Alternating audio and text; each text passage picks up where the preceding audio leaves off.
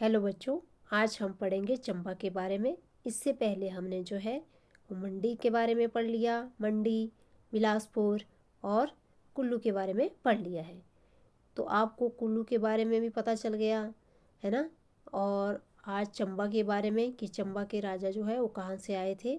और ये चंद्रवंशी राजा थे, है ना, अयोध्या से आए हुए थे। और कुल्लू में जो है वो प्रयाग से आए हुए थे।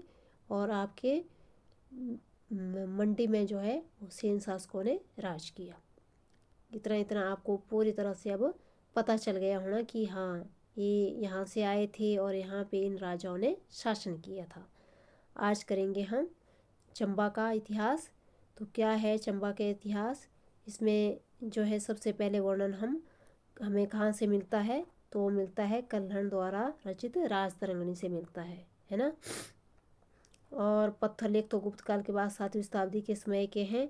इसमें ज़्यादा नहीं है। ये चंबा क्षेत्र में भद्रशाल, अयोध्या, आडोम्बर और किरातों ने अपना प्राचीन गणतंत्र कबीले स्थापित किए। तो इंडो ग्रीक और शक कुषाणों ने इन कबीलों को अपने नियंत्रण में कर उनकी शक्ति को क्षीण कर दिया।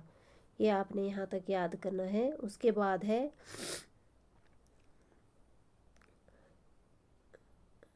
जो मेरुवर्मन के अधीन था कौन? तो रावी घाटी के निचले क्षेत्र भी 10वीं और 11वीं शताब्दी के दौरान चंबा राज्य के अधीन आ गई।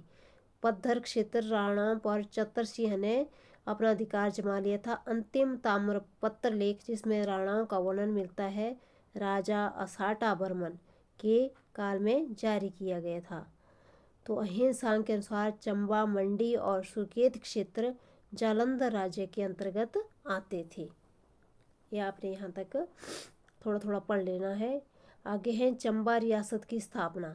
तो ये बहुत ही ज़रूरी है कि चंबा रियासत की स्थापना 550 ईस्वी में अयोध्या से आए सूर्यवंशी राजा मारू ने की थी।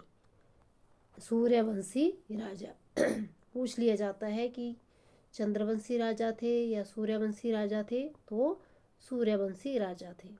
मारू ने भरमौर को अपनी राजधानी बनाया। भरमौर जिसका प्राचीन नाम जो है वो ब्रह्मपुर है, उसको अपनी राजधानी बनाया। आगे हैं आदित्य वर्मन। आदित्य वर्मन का उल्लेख उसके प्रपौत्र मेरुवर्मन के भरमौर शिलालेखों से मिलता है। तो आदित्य वर्मन जो है वो पहला राजा था जिसने अपने नाम के साथ बर्मन का उपनाम जोड़ा था। ठीक है, तो ये पहला राजा था जिसने अपने नाम के साथ क्या जोड़ा था? बर्मन का उपनाम। ठीक है, यहाँ तक इसमें इतना ही है। आगे है मेरुवर्मन। तो मेरुवर्मन जो है वो भरमौर का सबसे शक्तिशाली राजा हुआ। पहला जो था वो मारुवर्मन था, ठीक है, जिसने चंबा रियासत की स्थापना की। और ये है मेरुवर्मन। ठीक है, तो मेरुवर्मन ने वर्तमान चंबा शहर तक अपने राज्य का विस्तार किया था। उसने कुल्लू के राजा नतेश्वर पाल को हराया था। तो मेरुवर्मन ने भरमौर में मणिमहेश मंदिर, लक्षणा देवी मंदिर, गणेश मंदिर, नरसिंह मंदिर और छतराड़ी में शक्ति देवी मंदिर का निर्माण करवाया। गुग्गा शिल्पी मेरुवर्मन का प्रसिद्ध शिल्पी था। जो आपको याद रखना है कि गुग्गा शिल्पी जो है वो किसका प्रसिद्ध शिल्पी था और मेरुवर्मन ने जो है कौन कौन से मंदिर बनवाए, है ना। इसमें से आपको यहीं पे इतना ही याद रखना है। आगे हैं अजय वर्मन। अजय वर्मन का ज़्यादा उल्लेख नहीं मिलता है। आगे है लक्ष्मी वर्मन। तो लक्ष्मी वर्मन के समय राज्य में हैजा महामारी फैल गई जिसमें बहुत लोग मारे गए। इसी समय, किसके समय में? लक्ष्मी वर्मन के समय में किरातों ने चंबा पर आक्रमण कर राजा को मार दिया और अपना अधिकार स्थापित कर लिया। इस परिस्थिति का लाभ उठाकर कुल्लू के शरणार्थी राजा जरेश्वर पाल ने बुसहर रियासत की सहायता से स्वयं को स्वतंत्र करवा लिया। आगे हैं मुशान वर्मन। तो लक्ष्मी वर्मन की मृत्यु के बाद रानी के राज्य से भागकर एक गुफा में पुत्र को जन्म दिया। जब लक्ष्मी वर्मन की मृत्यु हो गई तो उसकी रानी वहाँ से भाग गई। तो एक गुफा में रानी आगे बढ़ गई, परंतु वजीर और पुरोहित रानी की सच्चाई जानने के बाद जब गुफा से लौटे तो बहुत सारे चूहों को बच्चे की रक्षा करते पाया।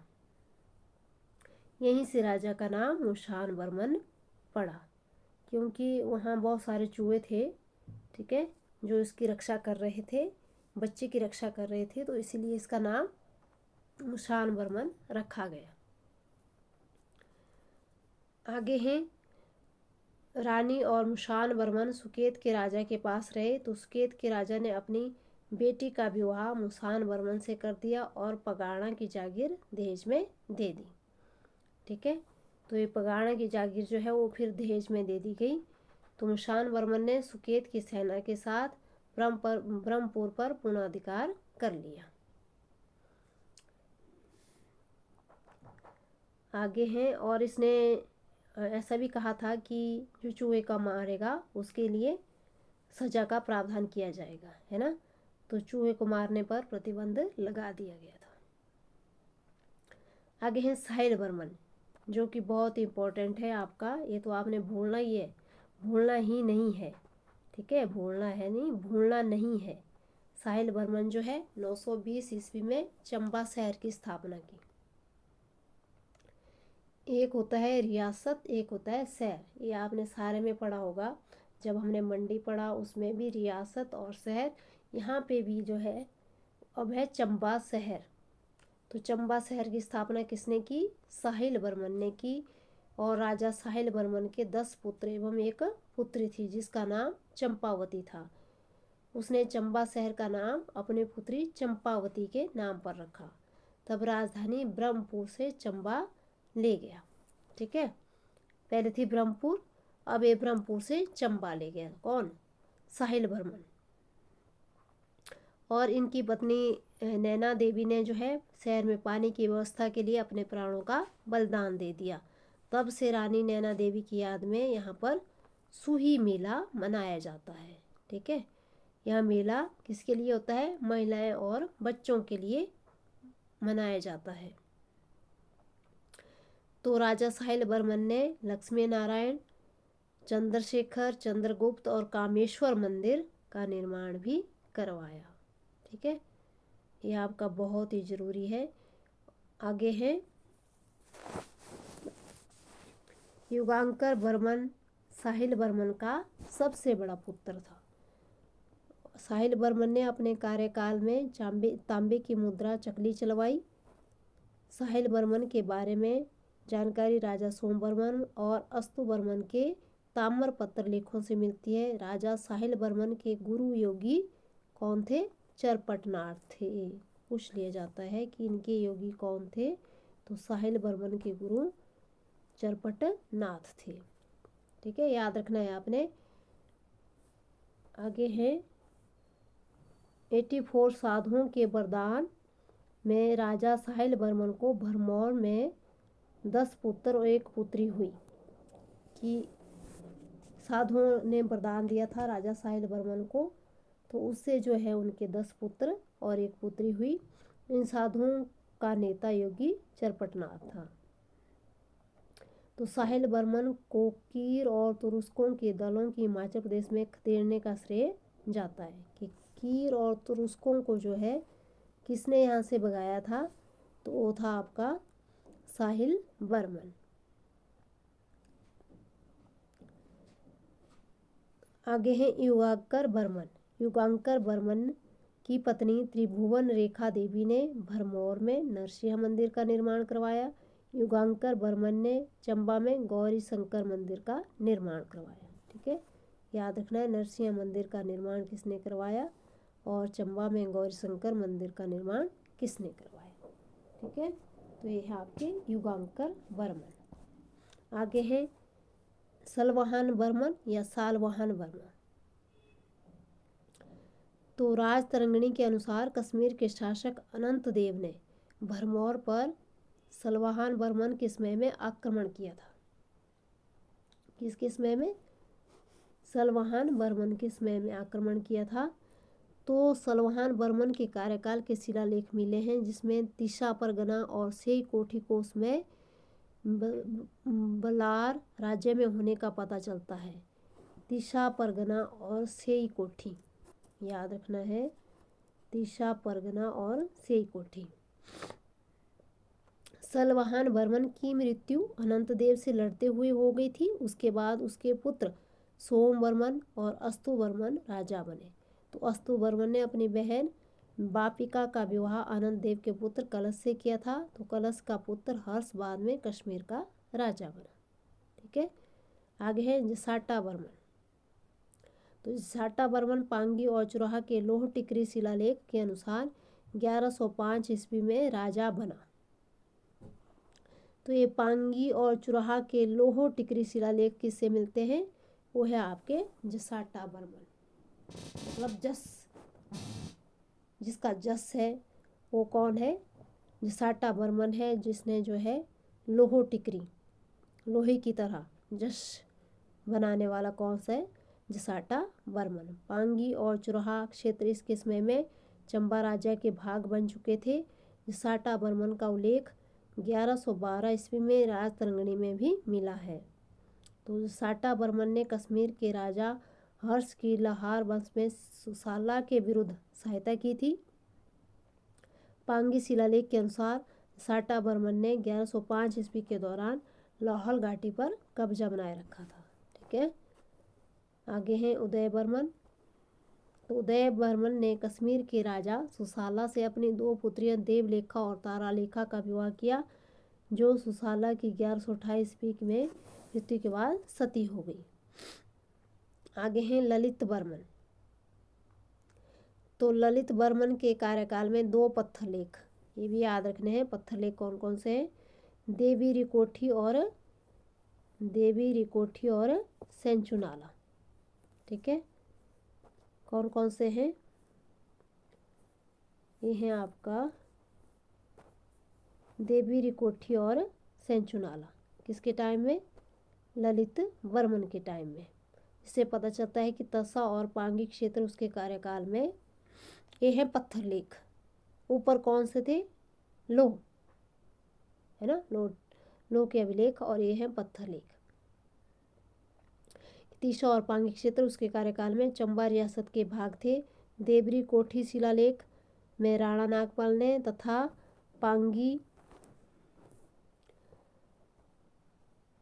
पांगी शिलालेख सलाही के पास राजा राणा रुद्र ने अंकित करवाए थे। इन दोनों शिलालेखों में ललित वर्मन को महाराजाधिराज लिखा हुआ था। किसको? ललित वर्मन को। आगे हैं विजय वर्मन। विजय वर्मन ने मोहम्मद गौरी के 1191 ईस्वी और 1192 ईस्वी के आक्रमणों का फायदा उठाकर कश्मीर और लद्दाख के बहुत से क्षेत्रों पर कब्जा कर लिया था। आगे हैं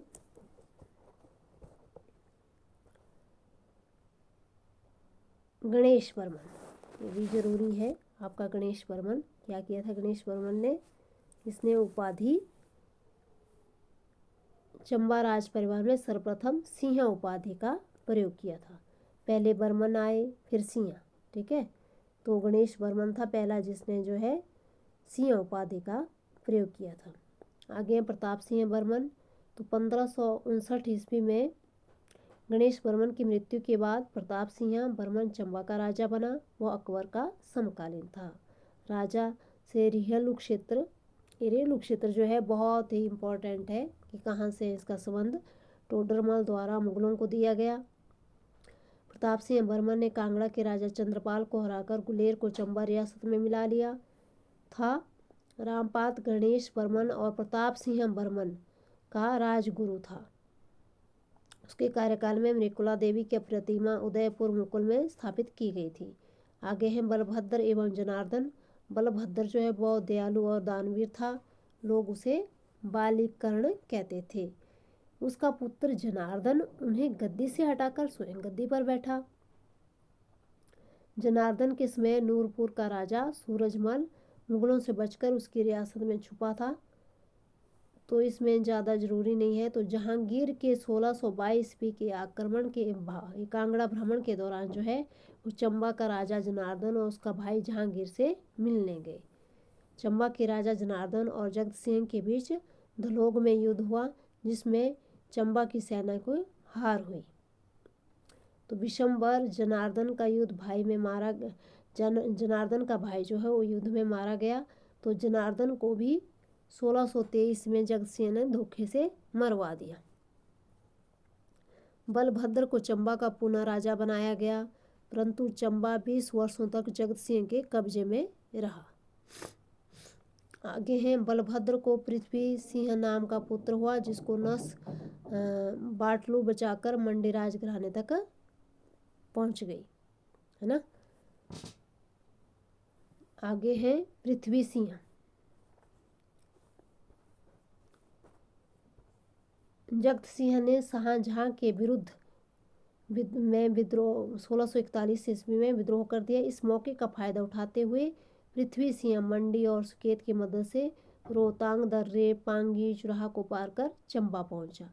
तो गुलेर के राजा मान सिंह, जो जगत सिंह का शत्रु था, उसने भी पृथ्वी सिंह की मदद की। तो पृथ्वी सिंह ने बसौली के राजा संग्राम पाल को भले ही तहसील देकर उससे गठबंधन किया। पृथ्वी सिंह ने अपने राज्य पाने के बाद चुराहा और पांगी के राज अधिकारियों के लिए कोठी बनाई। पृथ्वी सिंह और संग्राम पाल के बीच भल्लई तहसील को लेकर विवाद हुआ, जिसे मुगलों ने सुलझाया। तो भल्लई को 1648 में चंबा को दे दिया गया। पृथ्वी सिंह मुगल बादशाह शाहजहां का समकालीन था। याद रखना है कि किसका समकालीन कौन था। उसने शाहजहां के शासनकाल में 9 बार दिल्ली की यात्रा की। देखो 9 बार दिल्ली गया। रघुवीर की प्रतिमा शाहजहां द्वारा भेंट में प्राप्त की। चंबा में खजीनाग, डिम्बा मंदिर और सीताराम मंदिर का निर्माण पृथ्वी सिंह की नर्स बाटलू ने करवाया। उसने पृथ्वी सिंह के प्राणों की रक्षा की थी, है ना, की थी ऊपर उसने। तो उसके बाद जो है आगे आप पढ़ेंगे कि क्या हुआ। तो आगे है चत्तर सिंह। चत्तर सिंह ने बसौली पर आक्रमण कर वहां का राजा संग्राम पाल से भल्लई परगना जीत लिया। चत्तर सिंह ने औरंगजेब के 1678 इसमें सभी हिंदू मंदिरों को नष्ट करने का आदेश मानने से इनकार कर दिया। तो आज पूछा जाता है कि चंबा के किस राजा ने जो है वो औरंगजेब के द्वारा दिए गए ऑर्डर को मानने से इनकार कर दिया, आदेश मानने से इनकार कर दिया। तो वो है आपका चत्तर सिंह। और उल्टे मंदिरों पर कलश चढ़ाए और आज भी विद्यमान है। उनके छोटे भाई शक्ति सिंह को औरंगजेब से मिलने भेजा, परंतु वह भी बजवाड़ा से वापस लौट आया। चत्तर सिंह ने गुलेर के राज सिंह, बसौली के धीरजपाल और जम्मू के कृपाल देव के साथ मिलकर पंजाब के सूबेदार मिर्जा रियाज बेग को हराया। तो चत्तर सिंह जो है वो बहुत ही फेमस चंबा का राजा रहा है। ठीक है, आगे करेंगे हम उदय सिंह। उदय सिंह, उगर सिंह, दलेल सिंह। चत्तर सिंह के पुत्र राजा उदय सिंह ने अपने चाचा वजीर जय सिंह की मृत्यु के बाद एक नाई को उसकी पुत्री के प्रेम में पड़कर चंबा का वजीर नियुक्त कर दिया। ये भी पूछा जाता है कि कौन जो है नाई की पुत्री के प्रेम में पड़ गया था। ठीक है, उदय सिंह के बाद 1720 ईस्वी में चंबा के राजा ध्रुवदेव की सहायता से उसका पुत्र उगर सिंह राजा बना। उगर सिंह के बाद उसका चचेरा भाई दलेल सिंह राजा बना। उमेद सिंह। उमेद सिंह के शासनकाल में चंबा राज्य मंडी की सीमा तक फैल गया। ठीक है, उमेद सिंह का पुत्र राज सिंह राजनगर में पैदा हुआ। उमेद सिंह ने राजनगर में नाडा महल बनवाया। तो नाडा महल किसने बनवाया? वो आपका उमेद सिंह ने। रंग महल की नींव भी रंग महल ये भी उमेद सिंह ने रखी थी। उसने अपनी मृत्यु के बाद रानी की सती न होने का आदेश छोड़ रखा था। उमेद सिंह की 1764 ईस्वी में युद्ध के दौरान ज्वालामुखी में मृत्यु हो गई। तो आगे करेंगे हम राज सिंह। चंबा का बहुत लंबा वर्णन है कि कौन कौन से राजा है, उसमें आपने मेन याद रखने हैं जो मैंने आपको बताए, है ना। जैसे उमेद है ना, और पीछे भी मैंने आपको बताया था मेरू है, मारू है, आदित्य है ना, साहिल है और उदय सिंह है, पृथ्वी सिंह है। ये मेन आपने याद रखने हैं, है ना। आए है राज सिंह। तो राज सिंह अपने पिता की मृत्यु के बाद 9 वर्ष की आयु में राजा बना। देखो छोटी छोटी उम्र में ही राजा बन गए थे।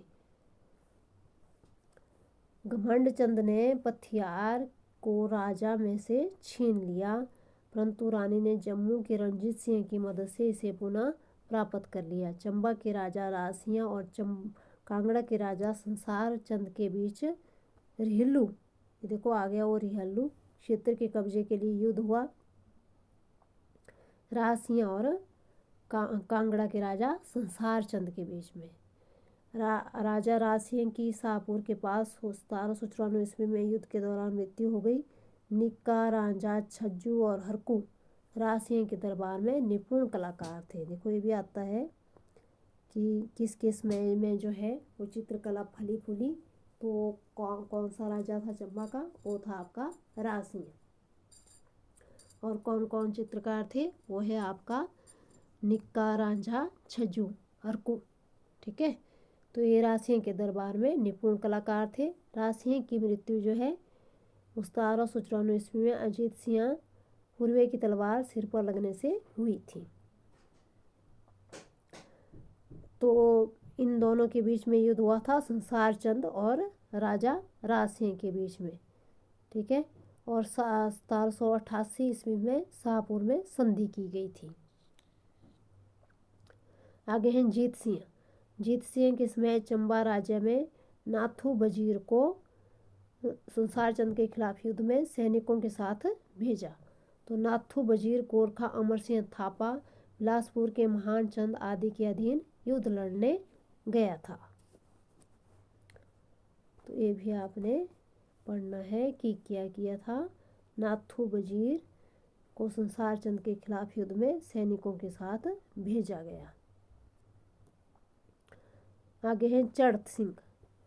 अब देखो राज सिंह तो 9 साल की उम्र में बैठा और चढ़त सिंह आपका 6 वर्ष की आयु में जो है वो चढ़त सिंह 6 वर्ष की आयु में, ठीक है, 6 वर्ष की आयु में राजा बना। नाथू वजीर राजकाज देखता था। रानी शारदा जो है ने 1825 में राधा कृष्ण मंदिर की स्थापना की। पद्धर के राज अधिकारी रत्नू ने 1820-25 ईस्वी में जास्कर पर आक्रमण कर उसे चंबा का भाग बनवाया था। 1838 में नाथू वजीर की मृत्यु के बाद वजीर भागा चंबा का वजीर नियुक्त किया गया। 1839 में बिगने और जनरल कनिंघम ने चंबा की यात्रा की। चढ़त सिंह को 42 वर्ष की आयु में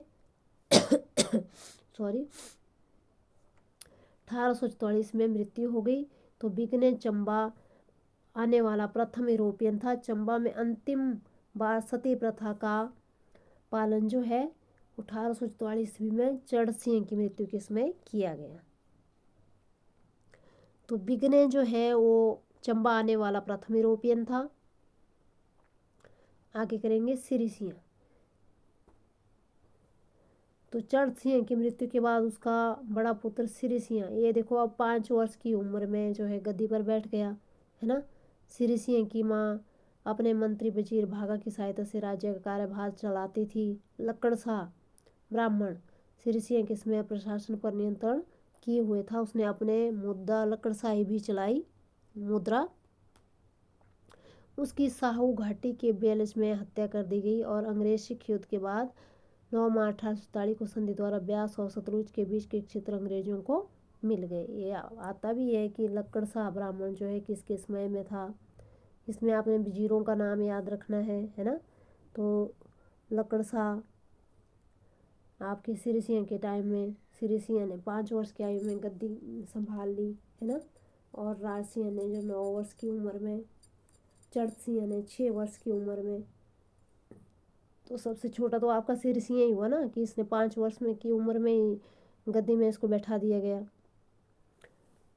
और ब्यास और सतलुज बीच के क्षेत्र अंग्रेजों को मिल गए किसमें?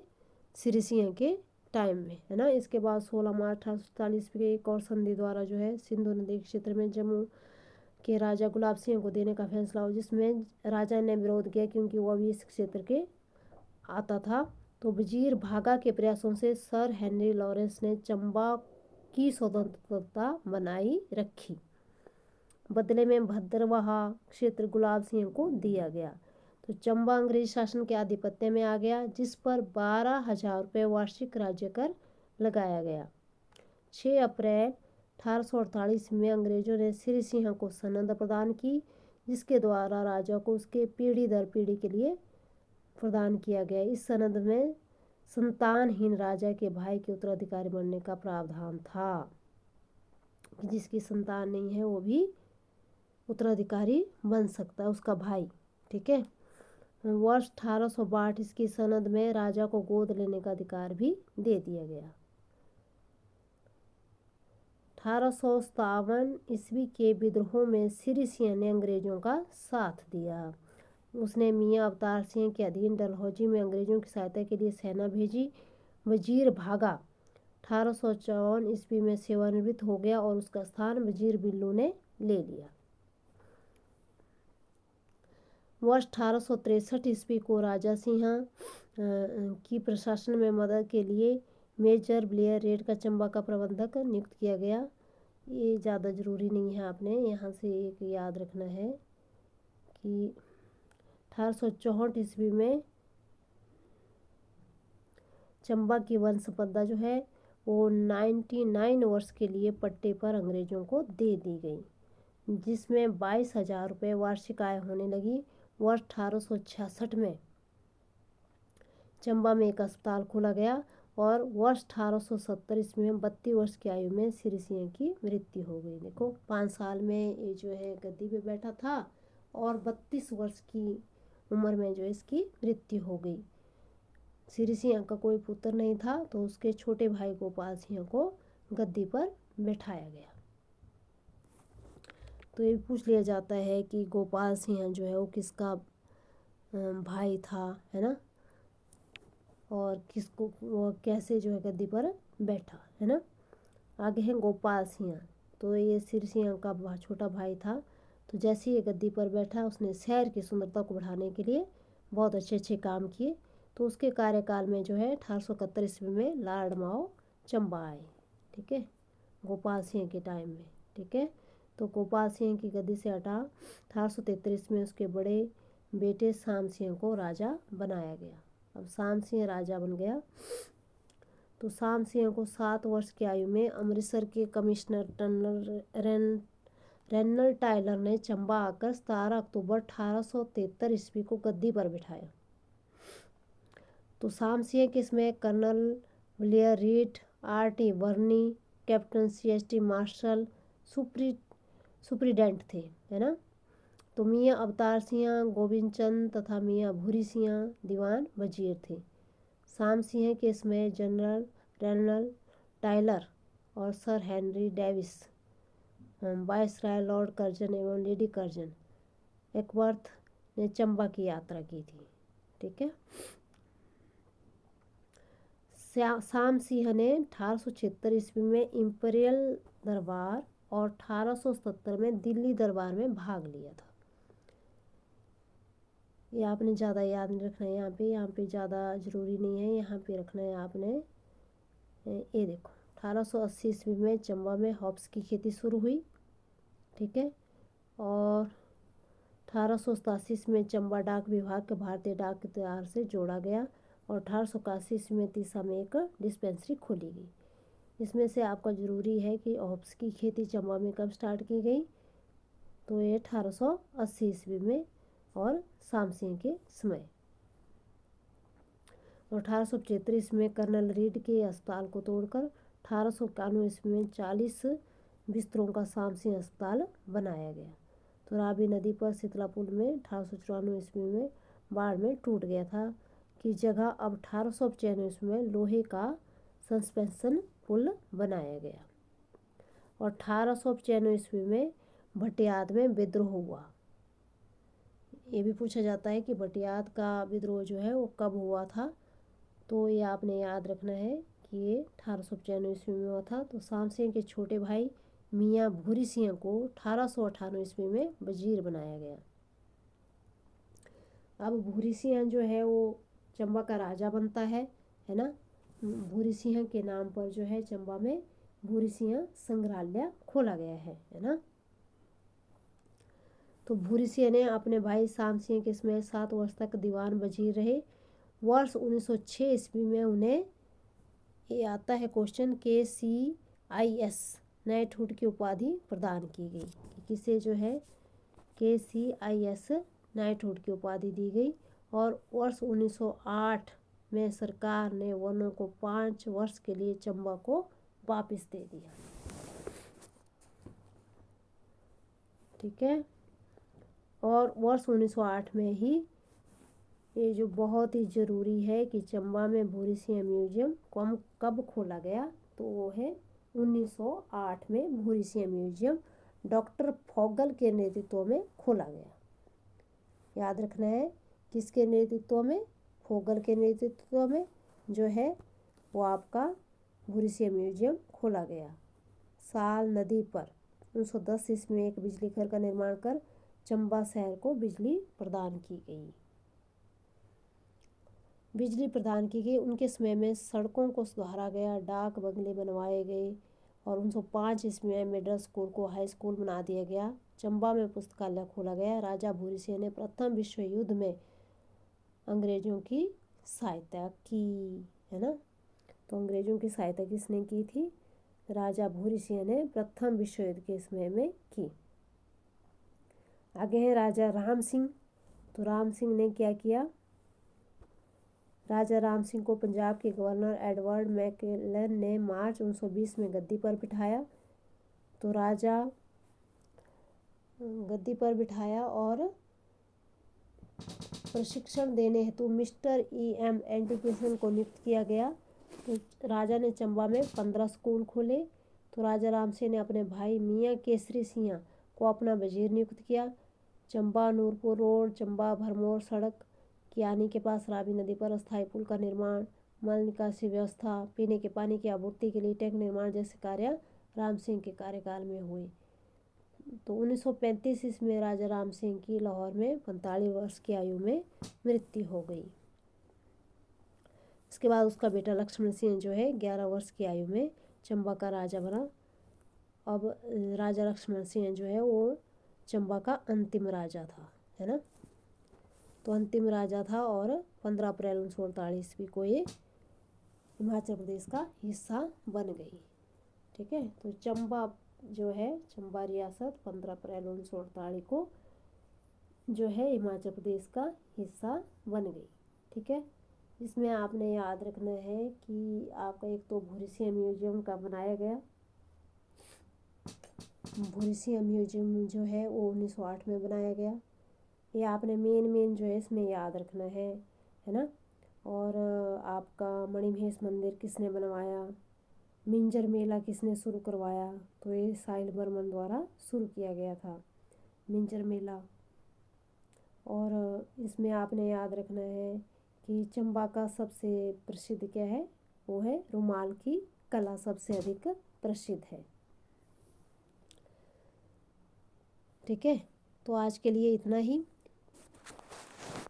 आशा है कि आपको ये वीडियो बहुत अच्छी लगी होंगी और जो मैंने इसमें मेन पॉइंट आपको बताए होंगे वो आपने ध्यान से सुने होंगे और ध्यान से पढ़ने हैं वो, है ना, ताकि आपको अच्छी तरह से समझ आ जाए। और देखते हैं अगले वीडियो में हम इसके ज़रूरी इम्पोर्टेंट क्वेश्चन जो है वो लाएंगे।